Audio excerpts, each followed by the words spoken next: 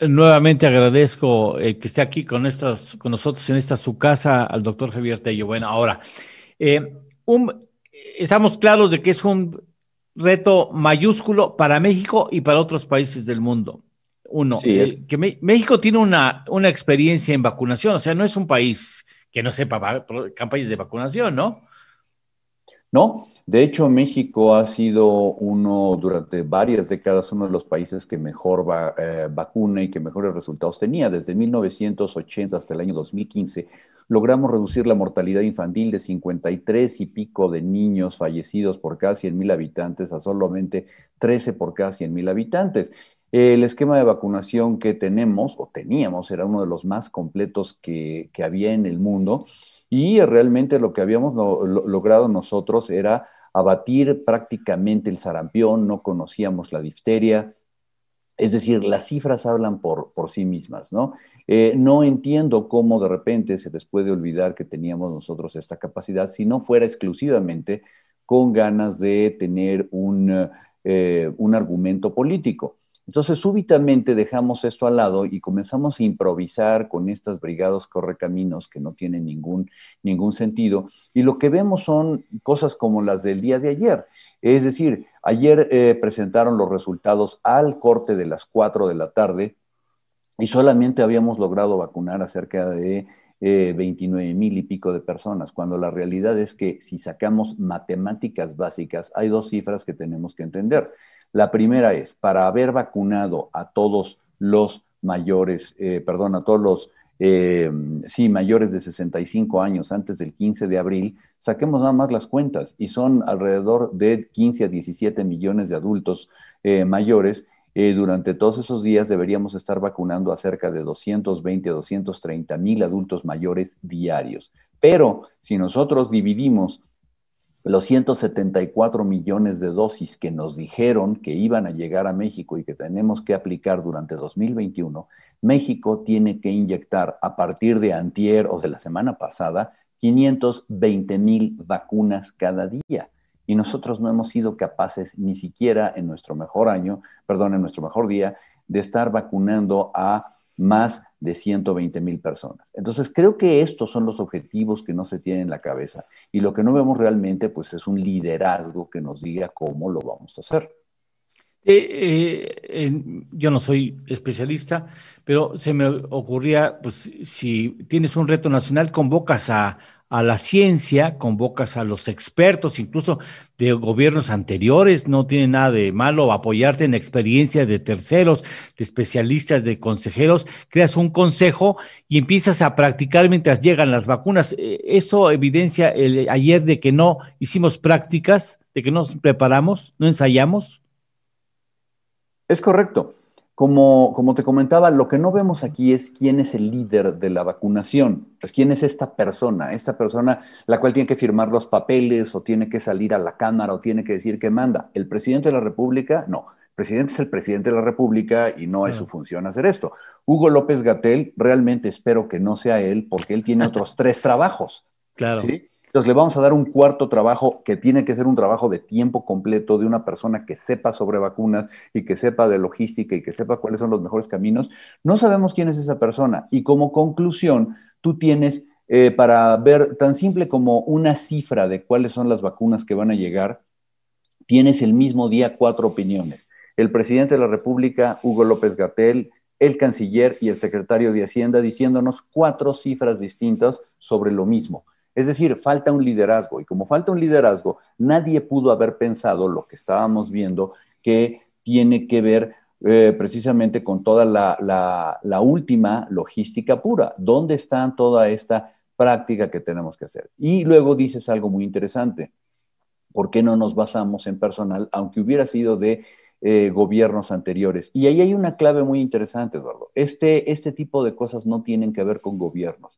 Normalmente los programas de salud habían trascendido cualquier cantidad de sexenios. De hecho, en los periodos de transición, cuando nosotros tuvimos estas transiciones de gobierno interesantes, los programas de salud se mantuvieron completamente apartidistas, se les dio una continuidad importante, porque esto es precisamente los cimientos de la salud de un país, el poder darle continuidad a las cosas.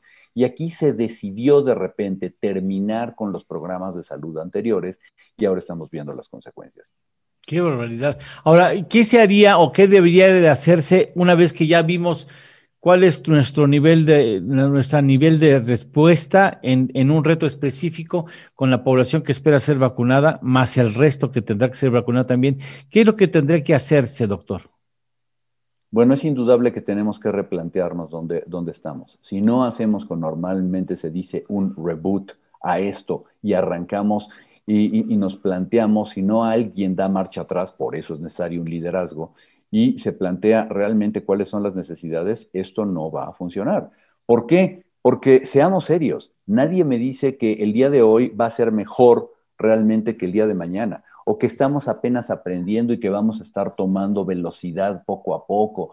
No sé realmente en dónde vamos nosotros a estar plantados. Hay que recordar que el día de hoy o el día de mañana llegan cerca de 490,000 dosis de la vacuna de Pfizer y BioNTech que tienen que ser aplicadas a los profesionales de la salud que se quedaron rezagados y terminar con los otros esquemas de profesionales de la salud. Y para esto ya habíamos invertido algunas de sus famosas brigadas correcaminos. Entonces, ahora lo que vamos a tener también de nuevo van a ser estas filas de 5 horas de profesionales de la salud afuera de los hospitales, además de las filas que ya estamos viendo que están llevando a cabo los ancianos en las banquetas afuera de los centros de salud. Creo que alguien tiene que tomar las cosas con profesionalismo y con seriedad. Pues sí, lamentablemente, perdón mi ignorancia, pero ¿las vacunas tienen que aplicarse en un periodo determinado o pueden aguardar a la ineficiencia de un gobierno? Más o menos, las vacunas de AstraZeneca pueden permanecer en una refrigeración normal como la que todos los biológicos han tenido siempre, si se mantiene una cadena fría y una refrigeración. En el caso de la vacuna de Pfizer y BioNTech, esas sí requieren un mecanismo de ultracongelación para las primeras fases, pero una vez que han salido de la ultracongelación, que se mantienen en hielo seco, tienen 72 horas para ser aplicadas. Es decir, una vez que salieran del ultracongelador, como ya ocurrió antes, Ujú. hay 72 horas para que sean administradas las vacunas. O sea, pensando mal, no, no es conveniente que se vaya la luz. No, para nada. De hecho, bueno, yo lo que esperaría es que en caso que se fuera la luz, como ya se está volviendo común, tuviéramos sistemas de soporte de emergencia. Esto podría ocurrir en muchos de los hospitales si es que realmente estuviéramos haciendo nosotros uso de la infraestructura hospitalaria que ya tenemos.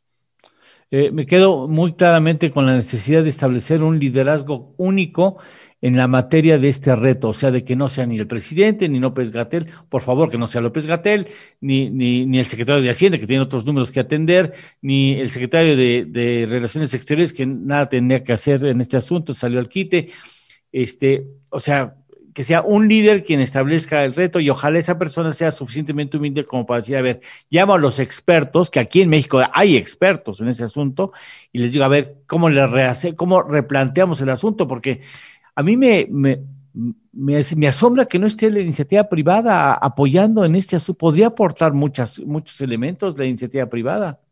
Bueno, comenzando porque no están involucrados los gobiernos de los estados. Y esto tiene una razón muy simple, Eduardo. Desde un inicio del manejo de esta pandemia se hizo un lado al Consejo de Salubridad General. El Consejo de Salubridad General tiene un mandato constitucional para poder atender todas las emergencias de salud que afectan la seguridad nacional, como este es el caso. No se le dio voz al Consejo de Salubridad General, donde están sentados representantes estatales y por eso es que vemos que hay una descoordinación y un desorden completo. Tenemos a gobiernos de los estados que están desde de una manera normal reclamando su derecho a poder participar a los que están haciendo verdaderos dramas y que tratan de sacar raja política de esto. No tenemos una coordinación. Bueno, permítenos, doctor, es para nosotros muy importante tu punto de vista, tu enfoque de orientación sobre este tema, para que nuestro público esté bien informado. espero que pronto tengamos el privilegio de estar nuevamente con ustedes. Muchas gracias, doctor. Muchas gracias, me va a dar mucho gusto que estén muy bien. Hasta luego, buenos Muchísimas días. gracias al doctor Javier. Por eso invitamos a los especialistas, porque ellos son los que saben de estos temas fundamentales y esta es muy importante que tengamos el concurso de una personalidad como lo es el doctor Javier Tello en este asunto de la